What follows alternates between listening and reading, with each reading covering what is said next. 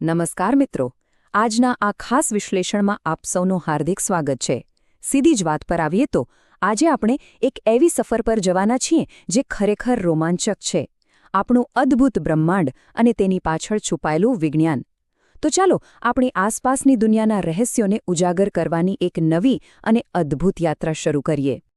જરા વિચારો, જ્યારે પણ આપણે રાત્રે આકાશ તરફ નજર કરીએ છીએ ત્યારે આ વિશાળ આકાશગંગા અને અસંખ્ય ચમકતા તારાઓ જોઈને ક્યારે એવો વિચાર આવ્યો છે કે આખરે આ તારાઓ આટલા કેમ ચમકે છે? અદ્ભુત છે ને? અને આ જ તો વિજ્ઞાન છે. આ માત્ર કોઈ જાડા પુસ્તકોમાં ગોખવાનો વિષય નથી, પણ બ્રહ્માંડના આવા મોટા રહસ્યોને ઉકેલવાની એક ચાવી છે. તે આપણને અન્વેષણ કરવા અને બ્રહ્માંડની ભવ્યતાને ઊંડાણથી સમજવામાં મદદ કરે છે. તો આ બધું સમજવા માટે સૌથી પહેલો અને પાયાનો પ્રશ્ન એ થાય કે આપણી આસપાસ ખરેખર શું થઈ રહ્યું છે? આ એક એવો સવાલ છે જે સીધો જ આપણને અફાટ બ્રહ્માંડમાંથી આપણી રોજિંદી દુનિયામાં લાવી દે છે. બાળપણથી જ આપણે બધા આપણી આસપાસની દુનિયાને અને તેમાં બનતી ઘટનાઓને સમજવા માટે કેટલા ઉત્સુક હોઈએ છીએ, ખરું ને? અને આ વૈજ્ઞાનિક નિયમો કોઈ એક જગ્યાએ સીમિત નથી, તે દરેક જગ્યાએ લાગુ પડે છે. સમુદ્રની અંદરના આ અદ્ભુત નજારાને જ લઈ લઈએ. દરિયાની અકલ્પનીય ઊંડાઈથી લઈને અનંત અવકાશ સુધી વિજ્ઞાન દરેક જગ્યાએ હાજર છે.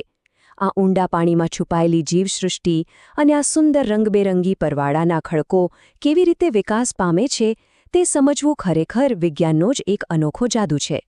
પછી ભલે આપણે રેતીના એક નાના કણનો અભ્યાસ કરતા હોઈએ કે પછી આ વિશાળ પર્વતો અને લીલીછમ ખીણોનો, હંમેશા કંઈક નવું અને રસપ્રદ શોધવાનું હોય જ છે.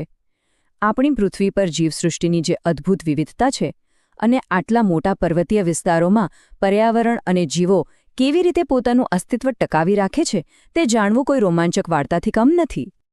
તો ચાલો આપણા પ્રથમ વિભાગ તરફ આગળ વધીએ. આપણી આસપાસ વિજ્ઞાન. આપણી આજુબાજુના વાતાવરણમાં વિજ્ઞાન ક્યાં અને કેવી રીતે છુપાયેલું છે તે જોવું ખરેખર મજાનું છે. જીવવિજ્ઞાનની આ અજાયબીઓ તો જુઓ. એક તરફ પેલી નાનકડી ઈયળ મસ્ત મજાનું પાંદડું ખાઈ રહી છે અને બીજી તરફ જમીનમાંથી એક નાનકડો કુમળો છોડ ફૂટી રહ્યો છે. આ વનસ્પતિ અને પ્રાણીઓનો વિકાસ કેવી રીતે થાય છે? તે એક સુંદર પતંગિયામાં કે પછી ઘટાદાર વૃક્ષમાં કેવી રીતે બદલાઈ જાય છે? આ બધી કુદરતી પ્રક્રિયાઓ પાછળ વિજ્ઞાન જ તો કામ કરી રહ્યું છે. હવે આપણે આ વૈજ્ઞાનિક તપાસને પ્રકૃતિમાંથી સીધી આપણી જમવાની થાળી સુધી લાવીએ. જીવન ટકાવી રાખવા માટે ખોરાક તો જરૂરી છે જ, પણ શું આપણે ક્યારેય શાંતિથી વિચાર્યો છે કે આ સ્વાદિષ્ટ વાનગીઓ ખરેખર કઈ સામગ્રીમાંથી બને છે? આ ગરમાગરમ રોટલી અને તીખી ચટણીમાં વપરાતા ઘટકો શું છે અને તે ક્યાંથી આવે છે? આ બધી તપાસ કરવી એ પણ એક પ્રકારનું વિજ્ઞાન જ છે. આ બીજું એક અદ્ભુત ઉદાહરણ છે. આપણા ભારત જેવા વિશાળ અને વૈવિધ્યસભર દેશમાં ખોરાકમાં કેટલી અદ્ભુત વિવિધતા જોવા મળે છે. અલગ અલગ પ્રદેશોની વાનગીઓનો સ્વાદ સાવ જુદો હોય છે. આ બધી વાનગીઓ શેનાથી બને છે? તેની પાછળ કયા રસાયણો કે ઘટકો કામ કરે છે?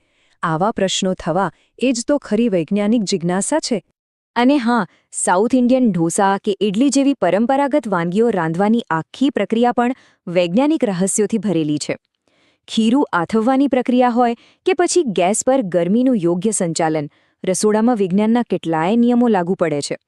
સાચા અર્થમાં કહીએ તો રસોડામાં રોજ નવા પ્રયોગો કરવા અને નવી વાનગીઓ બનાવવી એ પણ એક મોટી શોધખોળ જ છે. ચાલો ખોરાકથી થોડા આગળ વધીએ. આપણી આસપાસ બીજું ઘણું બધું છે. આપણે રોજિંદા જીવનમાં જે વસ્તુઓ વાપરીએ છીએ, જેમ કે કાગળ, ધાતુની ચાવીઓ, પ્લાસ્ટિકની ફૂટપટ્ટી, રબર, ચુંબક, આપણા કપડાં અને ચા પીવાનો કપ, આ બધું આખરે શેનું બનેલું છે?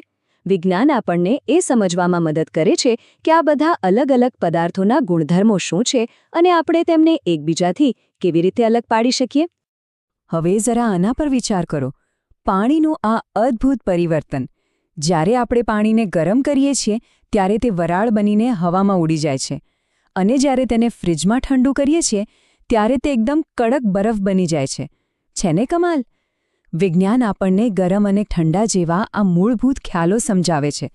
અરે, આપણને તાવ આવે ત્યારે શરીરનું તાપમાન કેમ વધે છે તે પણ આ જ વિજ્ઞાનનો એક હિસ્સો છે. હવે આવીએ આપણા બીજા વિભાગ પર, વિજ્ઞાન, એક અનંત કોયડો. અહીં આપણે એ દાર્શનિક વિચાર પર થોડું ધ્યાન કેન્દ્રિત કરીશું કે આ વૈજ્ઞાનિક જ્ઞાન આખરે રચાય છે કેવી રીતે. આ માટે ખૂબ જ સુંદર અને પાયાનો વિચાર છે. વિજ્ઞાન એક વિશાળ અને અનંત જિગ્ઝો પઝલ જેવું છે. આ વાત એકદમ સચોટ છે. એનો સીધો અર્થ એ થાય કે વિજ્ઞાન એ માત્ર ગોખવા માટેના તથ્યો કે આંકડાઓની કોઈ લાંબી કંટાળાજનક યાદી નથી, પણ તે નવી શોધો અને અન્વેષણની ક્યારેય પૂરી ન થતી એક રોમાંચક રમત છે. આપણે જે કંઈ પણ નવી શોધ કરીએ છીએ તે આ મોટી પઝલમાં એક નવો ટુકડો ઉમેરે છે. મજાની વાત એ છે કે દરેક નવો જવાબ આપણને બીજા નવા પ્રશ્નો તરફ દોરી જાય છે. અને હા, કેટલીકવાર એવું પણ બને કે આપણને ખબર પડે કે પઝલનો કોઈ જૂનો ટુકડો ખોટી જગ્યાએ ગોઠવાઈ ગયો હતો. ત્યારે આ નવી શોધ આપણી જૂની સમજણને બદલવાની ફરજ પાડે છે. સાચે જ, જાણવા અને શીખવા માટે કોઈ જ મર્યાદા નથી. તો હવે આ અન્વેષણને આગળ વધારતા પહોંચીએ આપણા ત્રીજા વિભાગ પર, વૈજ્ઞાનિક પદ્ધતિના સરળ પગલાં. આ અનંત પઝલને ઉકેલવા માટે આપણે કયા સાધનો અને પદ્ધતિઓનો ઉપયોગ કરી શકીએ, ચાલો તે સમજીએ. આખી આ વૈજ્ઞાનિક પદ્ધતિને એકદમ સરળ રીતે સમજવા માટે આપણે રોજિંદા જીવનની એક સામાન્ય સમસ્યા લઈએ. ધારો કે તમે કંઈક અગત્યનું લખી રહ્યા છો અને અચાનક તમારી પેને લખવાનું જ બંધ કરી દીધું. હવે શું? આ એક નાનકડું રહસ્ય છે, પણ તે વૈજ્ઞાનિક પદ્ધતિ કેવી રીતે કામ કરે છે તે સમજવા માટેનું એકદમ ઉત્તમ ઉદાહરણ છે. આ નાનકડી સમસ્યા ઉકેલવા માટે આપણે 4 મહત્વના પગલાં લઈ શકીએ. સૌથી પહેલું, આપણે અવલોકન કરીએ છીએ કે પેન નથી ચાલી રહી. પછી બીજું પગલું, આપણે અનુમાન લગાવીએ છીએ કે કદાચ પેનની અંદર શાહી પૂરી થઈ ગઈ હશે. ત્રીજા પગલામાં આપણે પેન ખોલીને તેનું પરીક્ષણ કરીએ છીએ. અને ચોથા પગલામાં આપણે વિશ્લેષણ કરીએ છીએ કે આપણું અનુમાન સાચું હતું કે ખોટું. જુઓ, એક બંધ પડેલી પેનને તપાસવાની આખી પ્રક્રિયા કોઈ મોટા રિસર્ચરના કામથી જરાય કમ નથી. હવે અહીં એક રસપ્રદ વળાંક લઈએ. ધારો કે પેન ખોલ્યા પછી ખબર પડે કે શાહી તો ભાઈ પૂરેપૂરી ભરેલી છે. તો હવે શું કરશું? વિજ્ઞાન આવી જ એક તબક્કાવાર પ્રક્રિયા છે. જો એક અનુમાન ખોટું પડે તો નિરાશ થવાની બિલકુલ જરૂર નથી, બલકે એ તો કંઈક નવું વિચારવાની તક છે. આપણે તરત નવું અનુમાન લગાવીશું કે કદાચ શાહી સુકાઈ ગઈ છે અને ફરીથી તેનું પરીક્ષણ કરીશું. છે ને સિમ્પલ? તો આજના આ વિશ્લેષણને અંતે ચાલો એક ખૂબ જ અગત્યના અને વિચારતા કરી દે તેવા પ્રશ્ન સાથે છૂટા પડીએ. આપણે આપણી જાતે આપણા પ્રશ્નોના જવાબો કેવી રીતે શોધી શકીએ? સાચું કહું તો જ્યારે પણ આપણે આ સરળ પગલાંઓનો ઉપયોગ કરીને કોઈ જવાબ શોધવાનો પ્રયાસ કરીએ છીએ ત્યારે આપણે બધા જ વૈજ્ઞાનિકો બની જઈએ છીએ. આશા છે કે આજની આ સમજૂતી આપણને સૌને આપણી આસપાસના રહસ્યો જાતે જ ઉકેલવા માટે પ્રેરિત કરશે. આ અદ્ભુત યાત્રામાં મારી સાથે જોડાવા બદલ આપ સૌનો ખૂબ ખૂબ આભાર.